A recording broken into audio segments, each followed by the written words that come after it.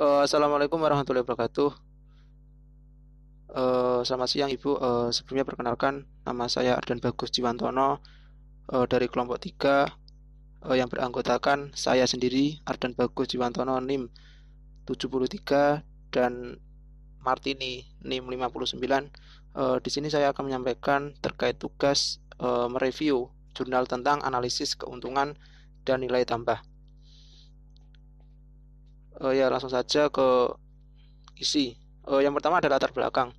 Latar belakang pada jurnal pertama itu merupakan salah satu komoditas pertanian yang mempunyai potensi untuk dikembangkan di agroindustri, yaitu berupa pala. Daging buah pala merupakan bagian terbesar dari hasil panen buah pala, merupakan suatu potensi bahan baku yang sangat besar untuk dapat dimanfaatkan. Salah satu upaya pemanfaatan daging paya adalah dilaksanakannya pembuatan manisan pala. Manisan pala mempunyai nilai tambah tersendiri, di mana aspek dilihat dari segi fisik, ekonomi maupun sosial. Kebutuhan terhadap produk manisan pala masih cukup besar. Pangsa pasar yang masih cukup luas juga dan beragam. Berdasarkan fenomena tersebut, maka jurnal pertama itu memunculkan suatu permasalahan adalah berapa besar keuntungan dan nilai tambah yang diperoleh dari usaha melalui usaha pengolahan manisan pala.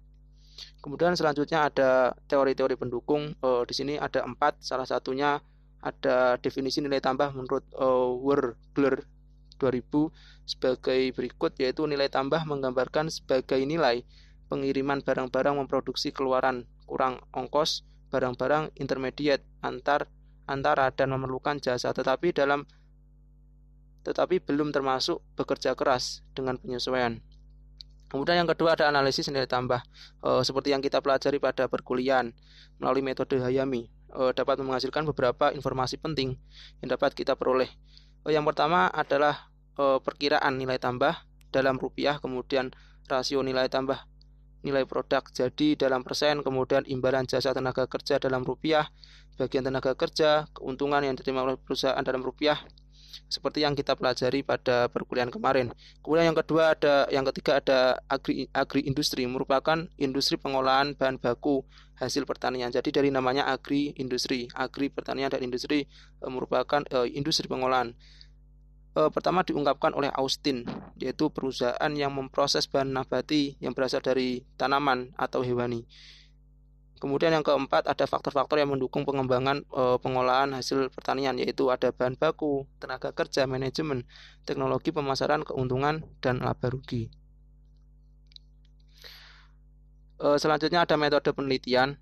Untuk metode penelitian pada jurnal itu menggunakan metode studi kasus pada Putri di Kota Bitung. Untuk pengumpulan datanya menggunakan sistem data primer yang diambil secara langsung dengan melakukan wawancara kepada pemilik usaha, yaitu Ut Putri. Kemudian untuk variabel yang diukur ada harga jual, volume produksi, biaya produksi, bahan baku, modal, dan pemasaran. Kemudian untuk analisis data yang digunakan dalam penelitian adalah analisis data deskriptif. Kemudian untuk hasil penelitian pada ini yang jurnal pertama, untuk deskripsi umum industri merupakan industri rumah tangga milik Nur Ain Tahir yang berumur 39 tahun. Awal berdirinya industri pada tahun 1992 yang berlokasi di Kelurahan Girian, Weru, Kecamatan Girian, Kota Bitung. Kemudian untuk volume produksi dihasilkan pada bulan Maret 2011, yaitu 500 gram dengan harga jual 15.000, produksi dihasilkan sebanyak 140 bungkus dengan nilai produksi sebesar 2.100.000 rupiah. Kemudian untuk ukuran 250 gram dengan harga jual 8.000, produksi dihasilkan sebanyak 280 bungkus dengan nilai produksi 2.240.000. Untuk ukuran 100 gram dengan harga jual 4.000 diproduksi dan dihasilkan sebanyak 700 bungkus dengan nilai produksi 2.800.000. Jadi di sini ada beberapa ukuran ya. Untuk produksinya ada mulai dari 500 gram, kemudian 200 gram, 100 gram, 700 gram. Yang dimana memiliki nilai produksi masing-masing berbeda. Seperti yang dilihat pada tabel, dengan total nilai produksi yaitu sekitar dari keseluruhan itu sekitar 7.100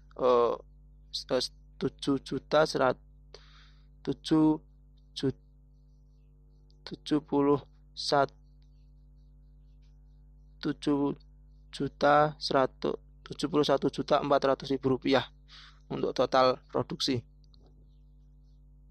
Mohon maaf, ini ada kesalahan penulisan pada jurnalnya mungkin ya. Ini 7.140.000. Kemudian selanjutnya ada biaya produksi.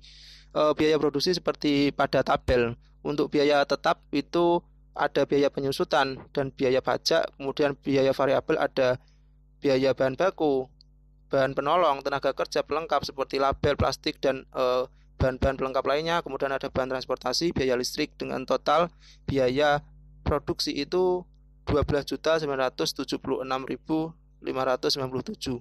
Kemudian untuk analisis laba rugi, untuk penjualan sendiri 28.560.000. Kemudian untuk biaya produksi sekitar 10.416.000. Kemudian ada barang dalam proses awal, harga pokok produksi ada 18 juta. Kemudian laba kotor ada 18.143.000. Kemudian untuk beban operasi ada sekitar 3.160.000 dengan laba bersih yang diperoleh oleh perusahaan UT Putri ini sekitar 14.963.000 rupiah. Keuntungan yang diperoleh per satu bulan produksi itu sekitar 14 juta pada tabel, 14 juta 900, hampir 15 juta pada 2019. Nah, untuk produk yang dijual ke 4 lokasi yaitu ada 4 daerah yaitu Bitung, Manado, Kota Mobagu, Gorontalo dengan sistem pembayaran secara tunai.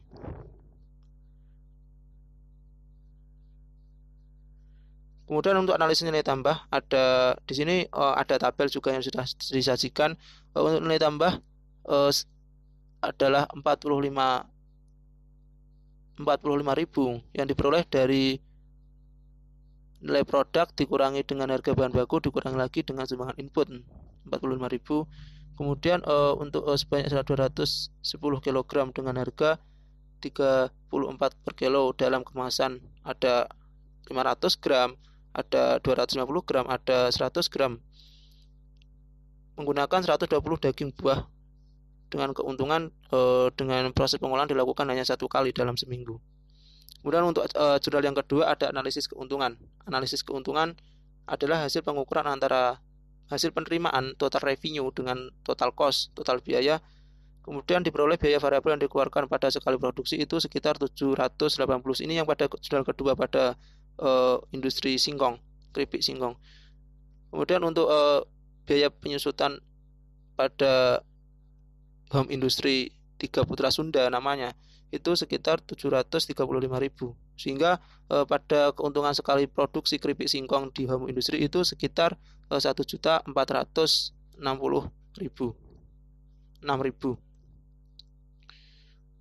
Nah, ini ada analisis tambah pada 2 jenis variasi keripik singkong yang diproduksi oleh PT 3 Putra Sunda. Nah, untuk keuntungan yang diperoleh pada keripik singkong adalah 1.406.000 yang diproses produksi selayaknya dikembangkan. Untuk keripik singkong sendiri industri sekali produksi itu sekitar 16.000 per kilo untuk rasa asin. Rasa asin sekitar 16.000 dengan rasio masing-masing varian rasa yaitu 79,95% untuk rasa asin dan 75% 67 untuk rasa balado. Kemudian untuk kesimpulannya ada pada jurnal pertama diketahui pada produksi manisan UT Putri untuk bulan Maret 2011 yaitu sebesar 12.976.597 dengan keuntungan selama 1 bulan pada Maret yaitu dengan keuntungan 14.983.402. Kemudian nilai tambah pada pengolahan yaitu 45.000 per kilogram daging buah pala dengan rasio sebesar 95%.